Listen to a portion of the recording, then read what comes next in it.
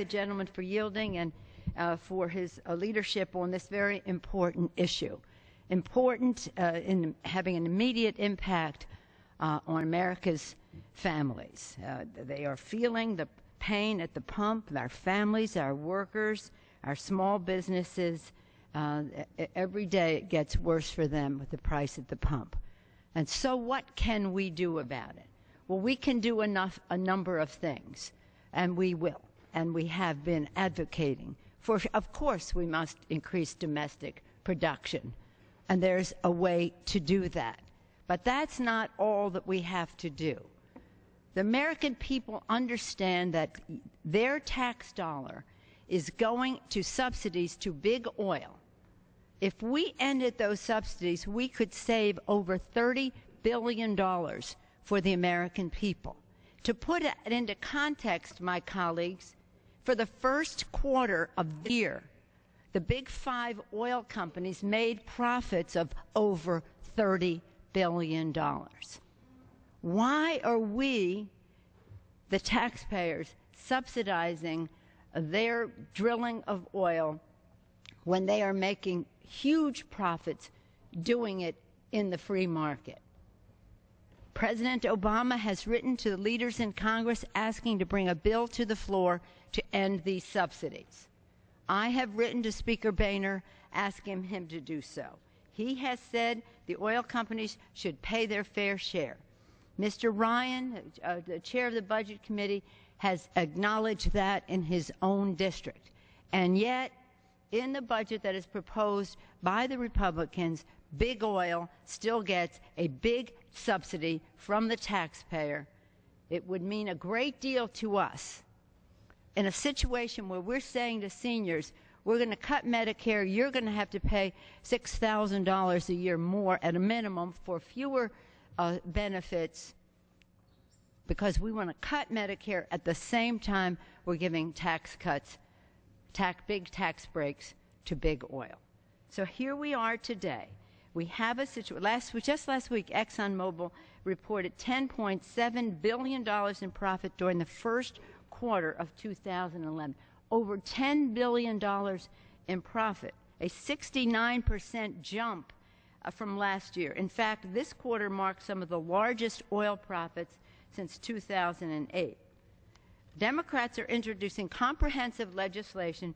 Mr. Tim Bishop is going to be leading us on the previous question, which we urge our colleagues to vote no on, so that we can bring up Mr. Bishop's legislation. Much of what that does is to eliminate tax breaks for the five largest oil companies, saving over $31 billion over 10 years. Think of it. We're trying to just save $31 billion over 10 years when the oil companies made $31 billion in profits in the first quarter of this year. That is so unfair to the taxpayer. Legislation to ensure that oil companies are paying the royalties that are due the American taxpayer. Hold big oil and the industry accountable for price gouging at the pump. Use the Strategic Petroleum Reserve to increase the oil supply and combat price hikes. In addition to that, we must end the harmful speculation, which Wall Street tells us accounts for a large percentage of the increase in the price at the pump. We also will have measures that increase American energy production.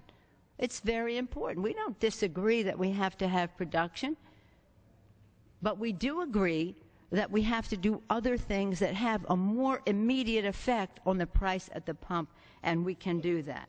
And we must invest in our clean energy future, which will reduce our dependence on foreign oil, which is a national security issue, which will enable us to create new green jobs in our country, a jobs issue, which is a moral obligation we have to the American people to create jobs. But what the Republicans are proposing today has blinders on it. It does not recognize that what it is doing does nothing to reduce the price at the pump in the short term, that there are many other avenues that we can proceed down in addition to increasing domestic production, and that the American people needs something fresher and newer on this than sabotaged every few years about the price at the pump, while we, the taxpayers, are giving subsidies to big oil to drill, while they are making profits in the first quarter of 1 year that are almost more than what we would save for the taxpayer. They don't need a subsidy to drill. They don't need an incentive. They have the profit motive, and it has served them well. So we in this Congress have to be thinking about the future.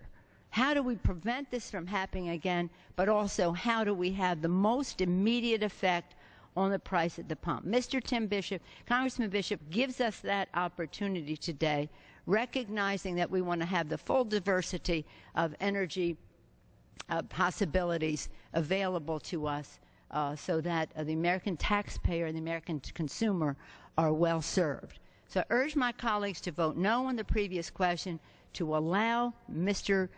Tim Bishop to bring up an initiative that he will talk about that addresses concerns of the American people that they know about, that they want to end subsidies on big oil, especially when we're talking about it in the context of we must cut investments in Medicare, seniors must pay more, but don't ask us to cut subsidies to big oil. I urge my colleagues to vote no on the previous question. Yield back the balance of my time. Lady yields her time. Gentleman from Utah. I'm pleased to yield 3 minutes to the gentleman from Louisiana who lives in